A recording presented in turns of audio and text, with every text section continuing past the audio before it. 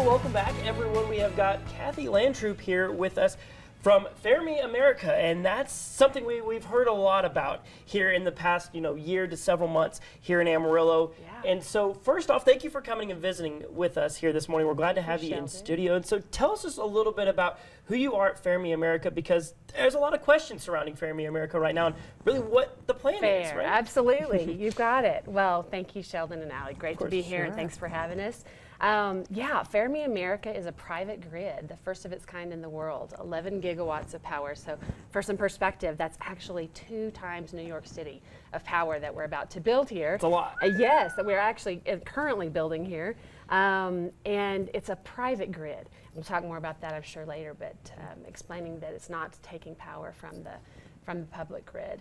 And so that's very unique. It's built by a bunch of West Texans.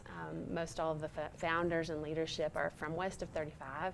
And so we share the same values. We share the same commitment to the land and the people and the resources. We still have family. I still have a house in Lubbock. We're here, and we're here to stay. And so very excited about the project and to be a part of this part of the country for sure.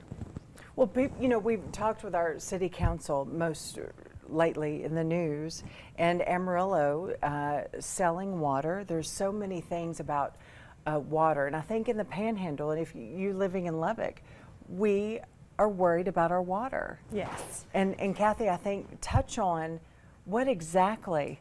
Are y'all going to take our water? Are y'all taking our water? Are y'all building nuclear things? I mean, what are y'all doing and we've all said Fermi.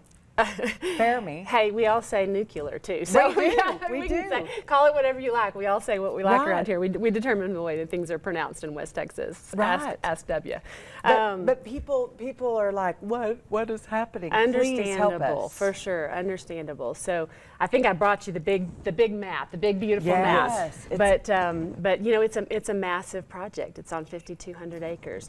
And so, but the city looked at it, and the city made a great deal, and we were glad to do it. We're paying 2x the amount for the water, and that's more than anyone, according to Trent Sizemore, has ever paid in Amarillo. So 2x what the taxpayers and the water payers are paying, and the city and the citizens are paying. So, so we're excited about that. For some perspective, I think I also sent you guys a chart about the pivots that we have out here. I raised 4 kids in Plainview, Texas. I know a lot about the ag and the need for water. We raised everybody out here to care about that, and obviously it's a great resource. Thankfully, we sit on top of the Ogallala, and because of that, as the city council has mentioned, we have the resources that the top 26 counties in the Panhandle already pull down 1.1 trillion gallons of water. So in perspective, if you look at that in the ag perspective, it's about 95% ag, 95% based on various stats. And so again, very pro-ag, all about it. But what Fermi is looking at and what the city sold us is one large corn pivot of irrigation during irrigation growth season. And so, it's a lot of water, but in perspective, to diversify the economy, to add the jobs, to make the Panhandle the epicenter and the future of AI and nuclear, and also to answer the call for national security, one pivot of corn was probably worth that. We certainly believe it is. And the city did too, and they made a great deal for all the citizens. We're really excited to do it and to partner with the city.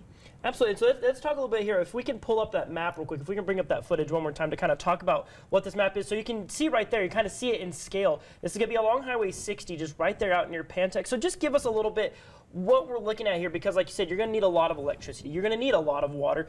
What is this all going to be needed for with such a massive facility? Like I said, just give us a quick overview. What are we looking at there? Yeah, so you can see the campus and the way that it wraps around Pantex there. So, we have people see helicopters out there. We're flying people over the site all the time, prospective clients, investors, people that come out to see it. And it's hard to believe. You get up there, and when you're from West Texas, you understand this, but when you're not, and you're flying over it, they're like, wait a minute, we've been flying for 10 minutes and we're still on the site. Yes, you are.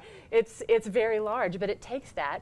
As you can see, we've built the whole thing out and designed it for the 11 gigawatt campus. So today, breaking news, you may have seen it this morning, but we actually got our preliminary permit from the TCEQ to do 6 gigs of our gas. So that is in the process right now, and then nuclear is the rest of the campus, of course, with solar and battery power as well. Yeah, and so talk about the importance of that real quick here, about having that, because like I said, you have solar, you have nuclear and things like that.